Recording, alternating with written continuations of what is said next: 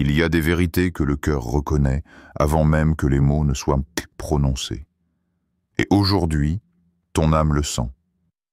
Quelque chose vient de se briser dans le silence. Tu n'as rien dit, tu n'as pas cherché à prouver quoi que ce soit, mais soudain, un membre de ta famille a vu. Il a compris. Et cette compréhension, tardive mais réelle, a fait tomber toutes les barrières. Pendant des années, tu as marché seul, mal compris, jugé, parfois même ridiculisé. Tu savais que ton appel était différent, que ta lumière ne s'accordait pas avec l'obscurité des autres. Tu as prié, tu as pleuré, tu as espéré que quelqu'un verrait enfin ce que Dieu avait placé en toi. Et aujourd'hui, ce moment est arrivé. Mais au lieu d'un triomphe bruyant, c'est un torrent de larmes qui t'envahit. Ces larmes, ce ne sont pas de simples émotions. Ce sont des fragments de ton âme qui se libèrent. Car quand la vérité éclate, tout ce qui était refoulé refait surface. La douleur, la reconnaissance, la paix, tout se mélange dans un seul cri silencieux. Ils savent enfin. Tu ne pleures pas parce que tu es faible. Tu pleures parce que ton esprit reconnaît l'accomplissement d'une promesse divine. Parce que ce que Dieu t'avait dit dans le secret, d'autres le voient enfin dans la lumière. Et à cet instant précis, tu comprends. Tout ce que tu as traversé avait un sens. Alors reste jusqu'à la fin de cette vidéo, car ce que tu ressens maintenant, ces larmes incontrôlables, ne sont pas une fin. Elles marquent le début d'une nouvelle révélation. Le moment de la révélation. Il y a des moments où Dieu choisit de faire tomber le voile, non pas pour humilier, mais pour révéler. Ce jour-là, tout semblait ordinaire. Une conversation simple, un regard échangé, un mot prononcé presque par hasard. Et pourtant, derrière ce silence apparent, le ciel préparait une rencontre invisible entre la vérité et la conscience. Ton proche, celui qui avait douté de toi, celui qui t'avait parfois blessé sans le savoir, t'a observé différemment. Il a vu dans ton regard quelque chose qu'il n'avait jamais perçu auparavant. La paix après la tempête. Tes yeux ne cherchaient plus à convaincre, ton âme ne cherchait plus à se défendre. Tu étais simplement là, calme, ancré, lumineux, et c'est dans cette sérénité qu'il a compris.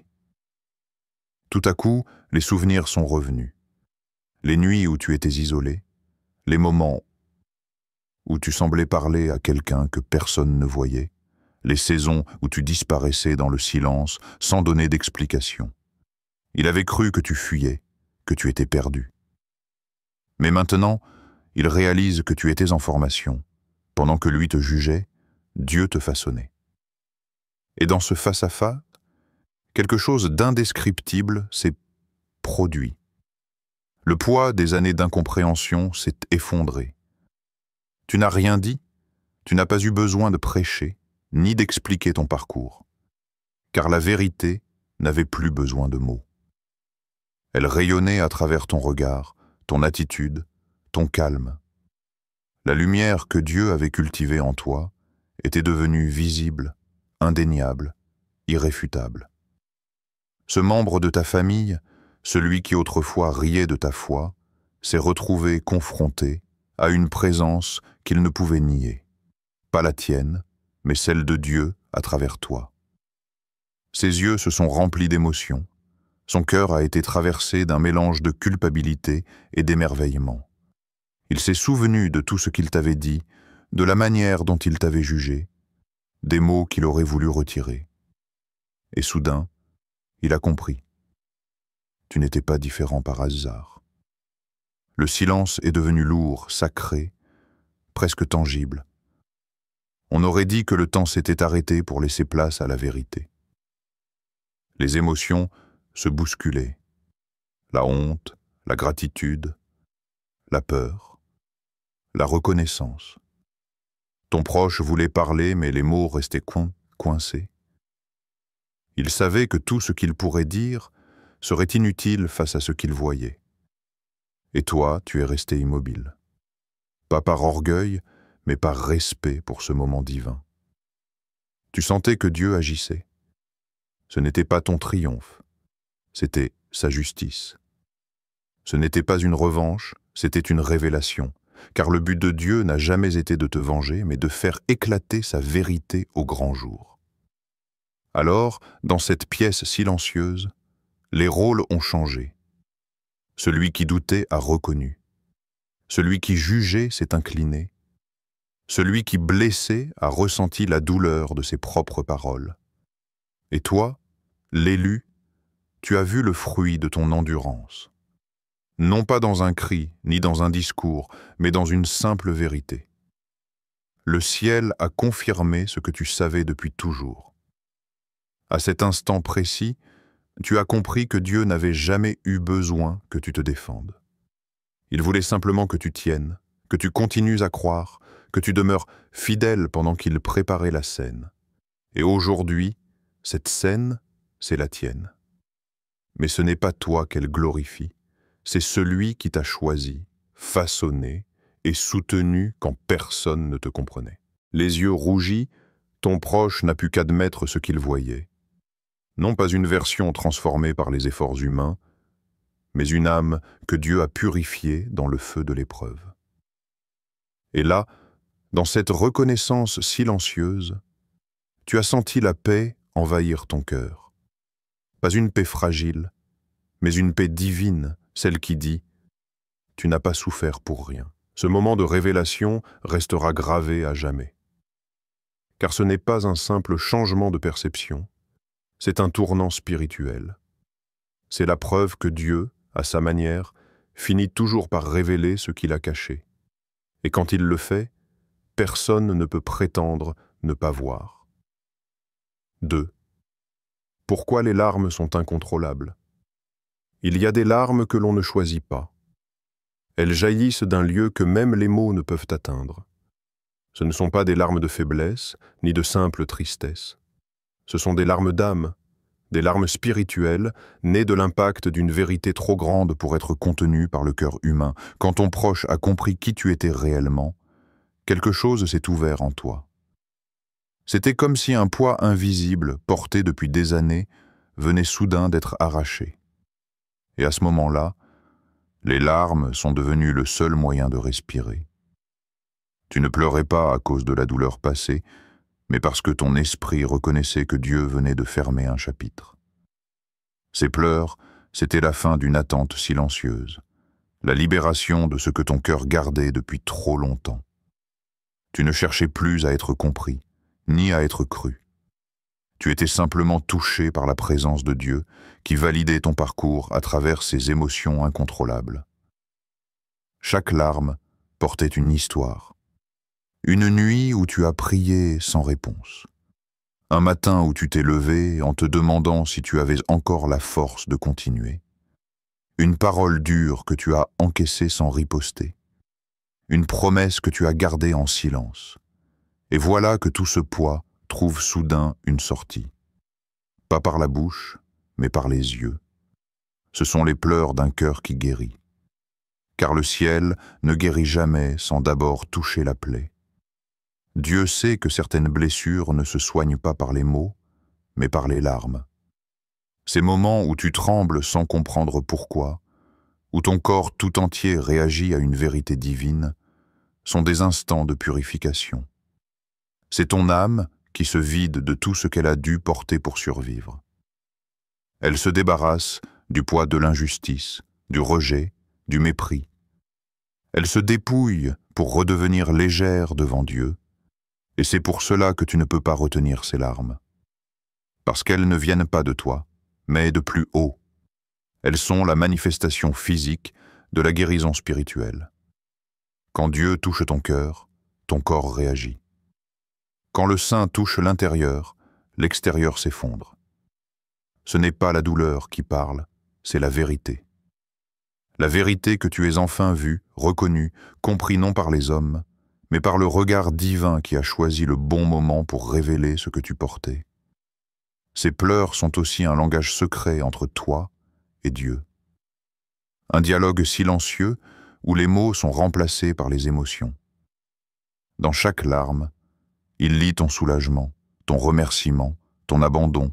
C'est ainsi qu'il te console, non par un miracle extérieur, mais par une paix qui descend en toi à mesure que tu pleures.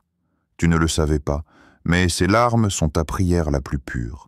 C'est ton âme qui parle sans barrière, sans fierté, sans masque. Et tandis que tu pleures, Dieu agit.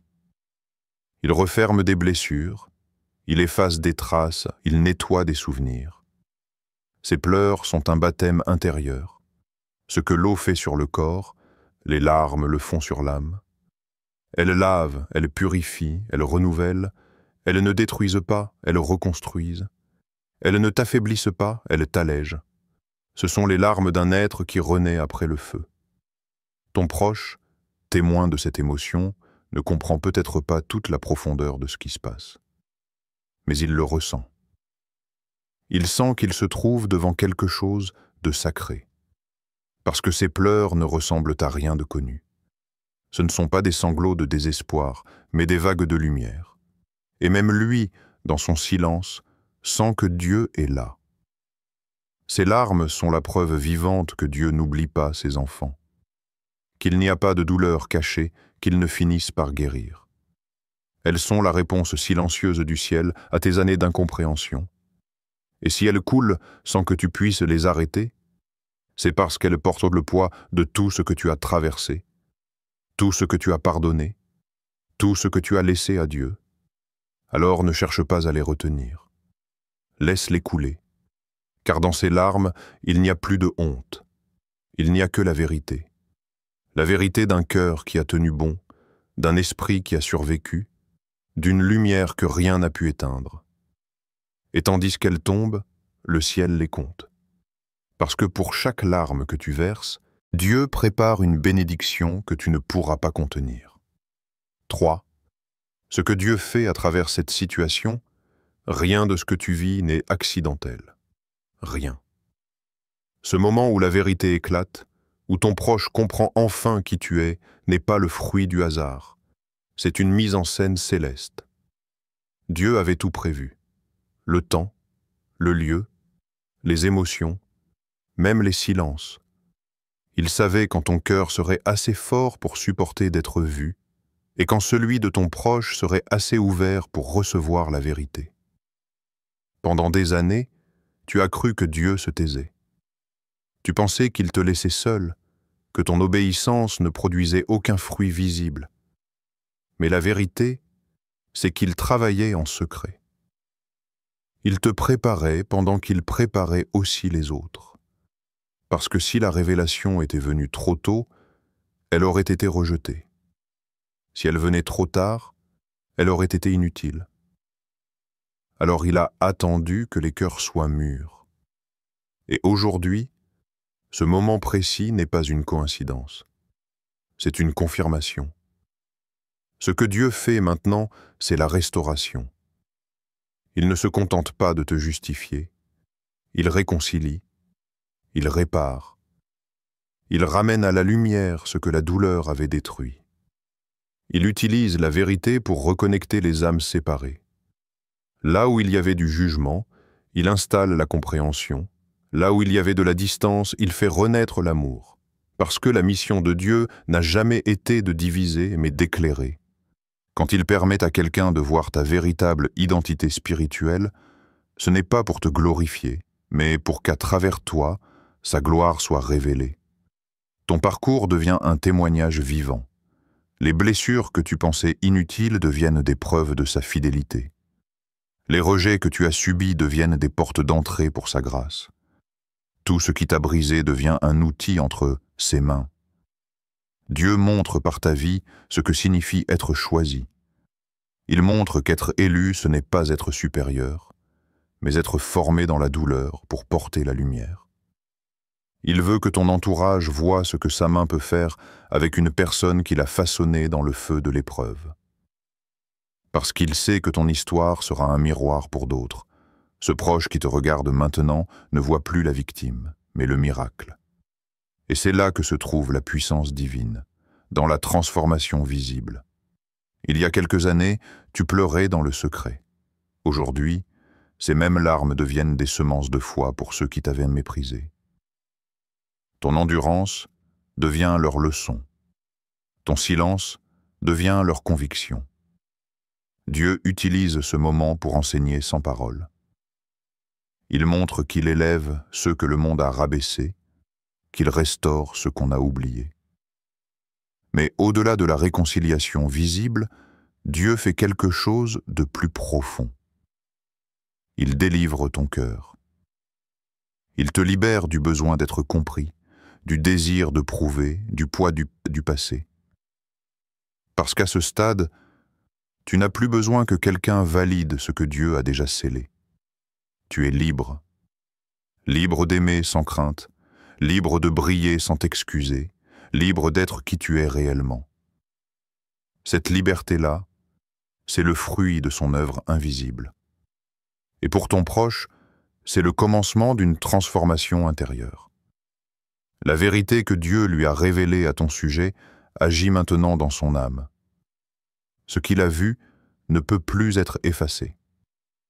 Il ne pourra plus te regarder de la même manière, ni entendre ton nom sans penser à ce moment de lumière. Parce qu'à travers toi, il a perçu Dieu, et une fois qu'on a rencontré la vérité, on ne peut plus vivre comme avant. Dieu utilise donc cette scène intime comme un autel. Il transforme un moment humain en un acte sacré. Ce que vous vivez n'est pas une simple émotion, c'est une visitation. L'Esprit de Dieu est venu habiter ce silence, guérir les cœurs, briser les malentendus et établir une paix qui dépasse la logique. C'est ainsi qu'il restaure, pas par le bruit, mais par la présence.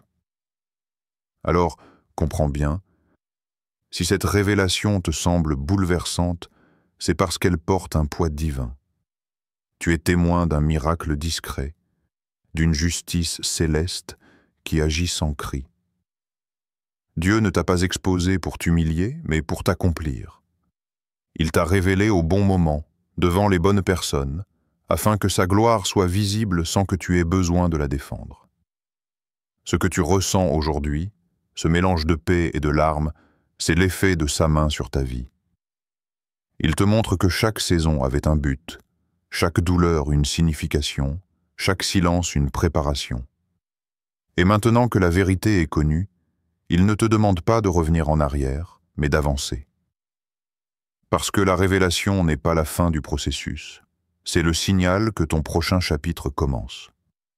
Dieu te dit, ce que j'ai caché, je le révèle. Ce que j'ai brisé, je le reconstruis. Ce que j'ai promis, je l'accomplis. Et tout ce que tu as traversé prend enfin sens. Car désormais, à travers ta vie, le monde peut voir que sa parole ne revient jamais sans effet. 4. Le poids du rejet et de la reconnaissance tardive. Le rejet a toujours été l'une des épreuves les plus silencieuses, mais aussi les plus formatrices pour les élus de Dieu. C'est une douleur que peu comprennent, car elle ne laisse pas toujours de traces visibles. Pourtant, elle creuse profondément dans l'âme, elle façonne, elle transforme. Et toi, tu connais cette douleur mieux que quiconque. Tu as vécu le rejet non pas de la part d'étrangers, mais de ceux qui auraient dû te comprendre. Tes proches ont vu ton évolution sans en percevoir la source. Ils ont jugé ton silence comme de l'arrogance, ton isolement comme de la fuite, ta foi comme une folie. Tu as entendu des paroles blessantes, tu as ressenti des regards lourds de mépris, et parfois tu as voulu crier ta vérité, mais Dieu t'a dit de te taire. Il savait que ce n'était pas le moment.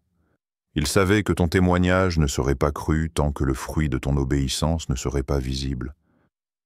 Alors il t'a fait patienter, il t'a caché, il t'a gardé à l'écart, le temps que la saison mûrisse. Le rejet que tu as subi n'était pas un oubli, c'était une protection. Dieu t'a éloigné de certaines personnes pour te préserver de la contamination de leurs doutes. Car s'ils avaient compris trop tôt, ils t'auraient tenté de t'arrêter. Ils t'auraient tiré en arrière, ramener vers la normalité, cette zone de confort où la lumière n'a pas la place de briller. Mais Dieu avait un plan plus grand. Il a laissé les autres te sous-estimer, pour que sa gloire paraisse encore plus éclatante au moment où il te relèverait. Aujourd'hui, cette reconnaissance tardive est douloureuse, oui, car elle réveille tout ce que tu as enduré. Les nuits de solitude, les prières sans réponse, les humiliations, les malentendus. Quand ceux qui t'ont rejeté commencent à te voir autrement, ton cœur se serre. Tu ne cherches pas à te venger, mais tu ressens le poids du contraste. Là où autrefois il y avait le mépris, il y a maintenant l'admiration.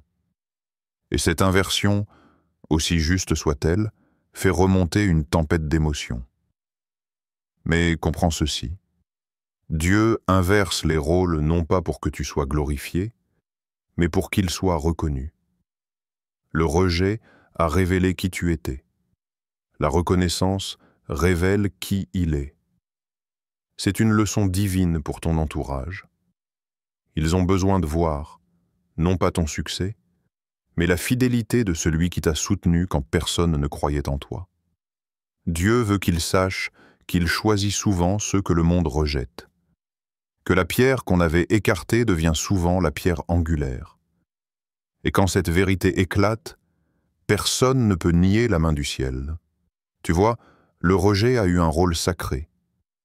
Il t'a séparé pour t'élever, il t'a isolé pour t'instruire. Il t'a vidé pour te remplir de ce qui vient d'en haut. Si tu avais été accepté trop tôt, tu aurais cherché l'approbation des hommes. Mais en étant rejeté, tu as appris à chercher celle de Dieu seul. Et c'est cela qui t'a rendu fort, stable, inébranlable. Tu es devenu une personne que plus rien ne peut détruire, parce que ton fondement ne dépend plus du regard des autres, mais du regard divin. Et maintenant, ceux qui t'ont rejeté doivent te regarder à nouveau, non pas pour t'idolâtrer, mais pour comprendre. Ce qu'ils avaient méprisé est devenu une source de lumière. Ce qu'ils avaient ignoré les éclaire aujourd'hui. Ce qu'ils pensaient être une erreur se révèle être un dessein divin. Et ce n'est pas une vengeance, c'est une leçon d'amour et de justice. Dieu ne cherche pas à humilier ça, mais à enseigner. Il restaure par la vérité. Et la vérité, parfois, fait trembler les certitudes. Tu pourrais te dire, pourquoi maintenant? Pourquoi après tant d'années? Mais Dieu te répond, parce que maintenant, ton cœur est prêt à pardonner. S'il avait révélé la vérité plus tôt, ton cœur aurait cherché à prouver, pas à aimer. Mais aujourd'hui, tu peux regarder ton passé sans amertume. Tu peux voir leurs erreurs sans haine, parce que tu comprends le plan derrière la douleur. Tu n'as plus besoin de reconnaissance pour exister. Tu existes dans la paix. C'est là que Dieu voulait t'amener. À ce point de maturité spirituelle où le rejet n'a plus de pouvoir sur toi et où la reconnaissance ne t'enivre plus. Tu n'as plus besoin de validation, tu es déjà validé par le ciel. Et c'est pour cela qu'il inverse maintenant les rôles, parce qu'il sait que ton cœur ne cherchera pas à dominer, mais à guérir. Alors, quand ton proche te regarde avec de nouveaux yeux, ne détourne pas le regard.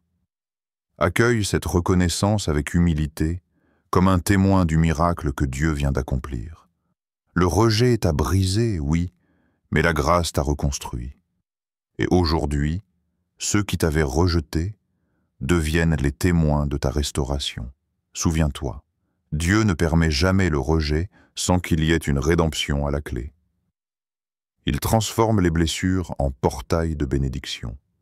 Et chaque fois que tu revis une douleur passée, rappelle-toi que c'est précisément cette douleur qui a servi de matière première à ton élévation.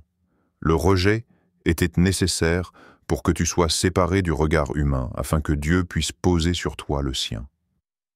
Et maintenant que ce regard s'est tourné vers toi publiquement, le monde verra ce que seul Dieu avait vu en secret.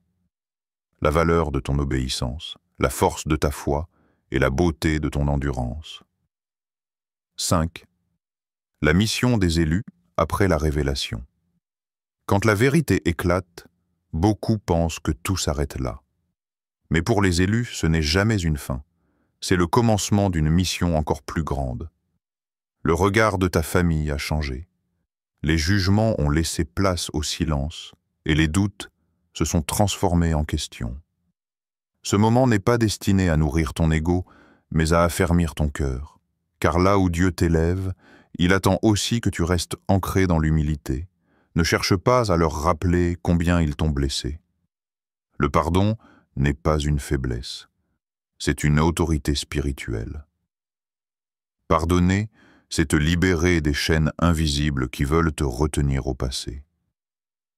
Ceux qui t'ont méprisé hier ne savaient pas qu'ils rejetaient une œuvre divine en construction.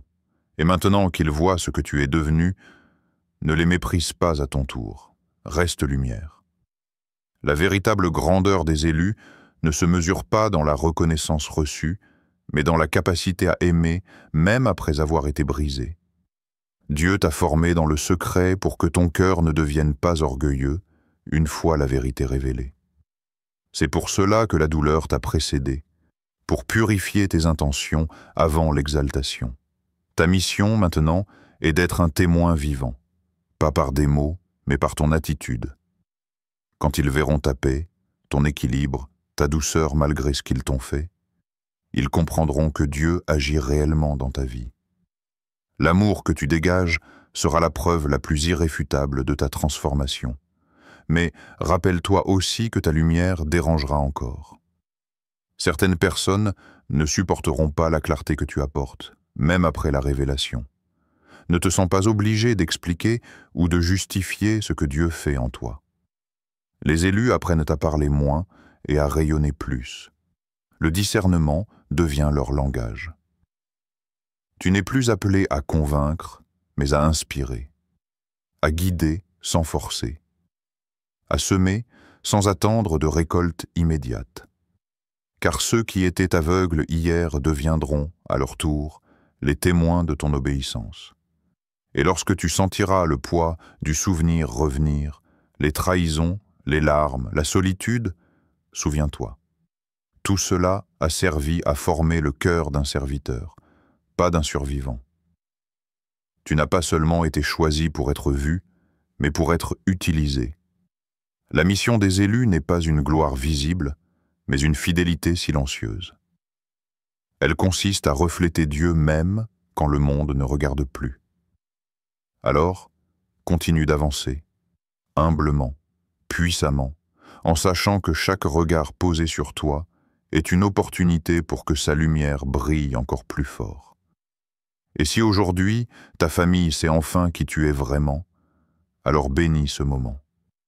Car Dieu a décidé que le temps du secret est terminé.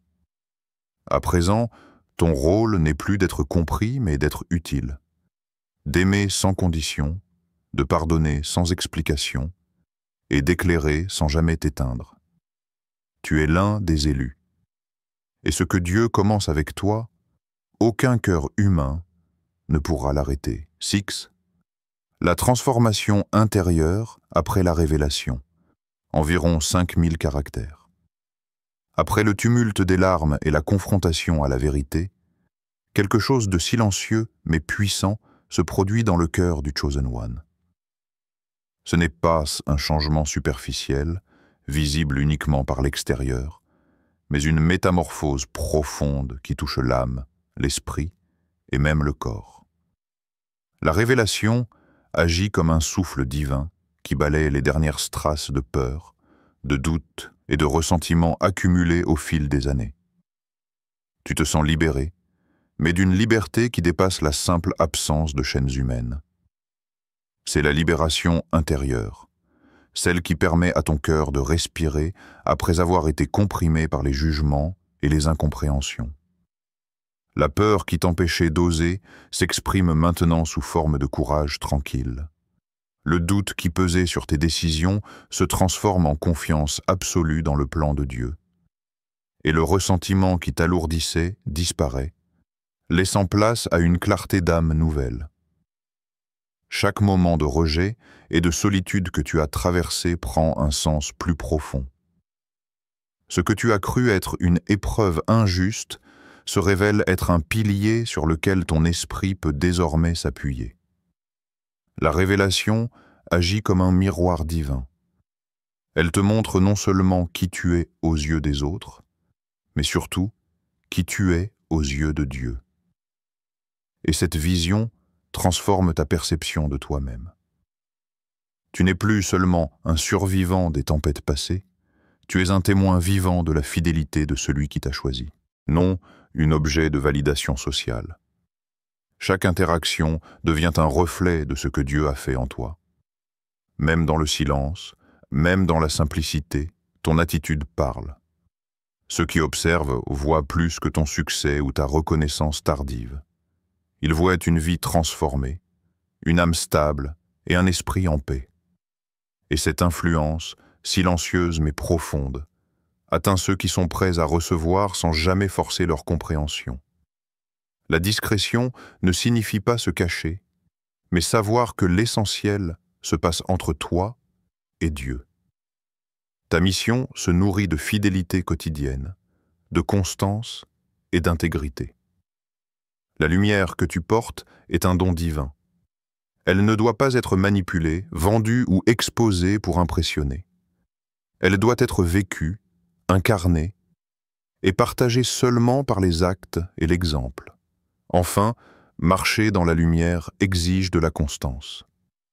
Il y aura des jours où l'attention te tentera, où la reconnaissance pourrait flatter ton ego, où le monde voudra te mesurer à ses standards. Mais l'élu sait que sa force vient du ciel, que son guide est invisible mais omniprésent, et que sa mission ne dépend pas des regards humains. C'est dans cette constance, dans cette fidélité silencieuse, que la véritable grandeur se manifeste. Ainsi, même après la révélation, même après la reconnaissance, tu continues de briller avec sagesse et humilité. Chaque pas devient une prière incarnée, chaque geste un témoignage discret, chaque sourire une réponse au divin. La lumière que tu portes est maintenant stabilisée par l'expérience, renforcée par la foi et protégée par l'humilité. Tu comprends enfin que marcher dans la lumière n'est pas un privilège pour attirer les regards, mais une responsabilité de rayonner pour Dieu, de guider sans imposer, et de transformer le monde par la paix que tu incarnes. Et en suivant ce chemin, tu deviens l'exemple vivant que la lumière véritable ne cherche pas l'éclat, mais la profondeur, et qu'elle touche les âmes au moment exact où elles sont prêtes à voir. Les larmes se sont tues, mais leur écho continue de résonner dans ton âme, car à travers elles, Dieu t'a montré que tu n'étais jamais seul. Ce que tu as vécu n'était pas une punition, mais une préparation.